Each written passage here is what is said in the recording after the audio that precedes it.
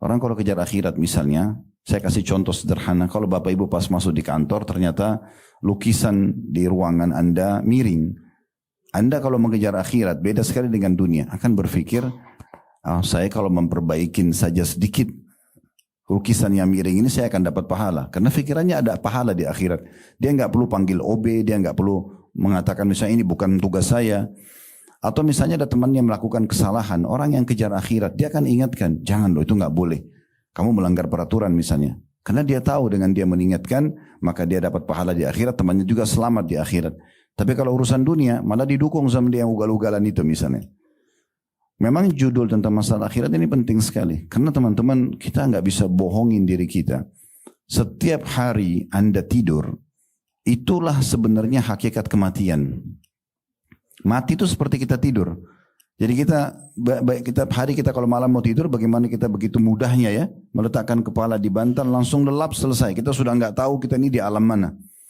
Kadang-kadang kita mimpi ketemu sama orang, kita berada di hutan mana, kita berada di kota mana, kita nggak tahu. Terus tiba-tiba bangun juga kita seperti orang yang tidak sadar bangun tiba-tiba, gitu kan? Makanya kata Nabi Muhammad SAW, an-naumu akhul maut. Tidur itu adalah saudaranya kematian. Artinya begitu mudahnya kematian nanti akan datang kepada kita untuk pulang ke akhirat sana. Dan terlalu banyak miliaran manusia sebelum kita yang sudah mendahului kita.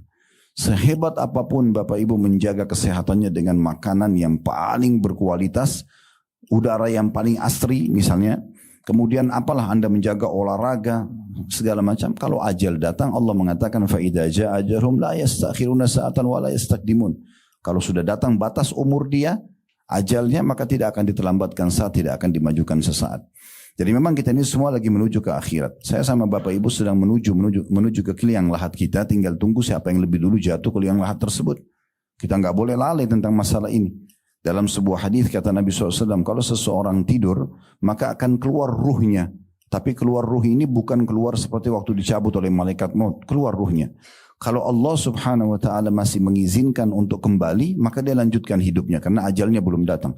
Tapi kalau Allah Subhanahu wa taala menahan, datanglah ajalnya lalu meninggallah dia, dan dia akan diminta pertanggungjawaban atas semua apa yang sudah dilakukan. Faman ya'mal mithqala dzarratin khairan yara. Siapa yang buat seperti biji sawi dari kebaikan akan diperlihatkan dan akan dia terima balasnya. Wa may ya'mal mithqala dzarratin syarran yara. Siapa yang berbuat seperti biji sawi dari keburukan akan diperlihatkan dan akan juga diberikan hukumannya. Jadi memang judul kita masalah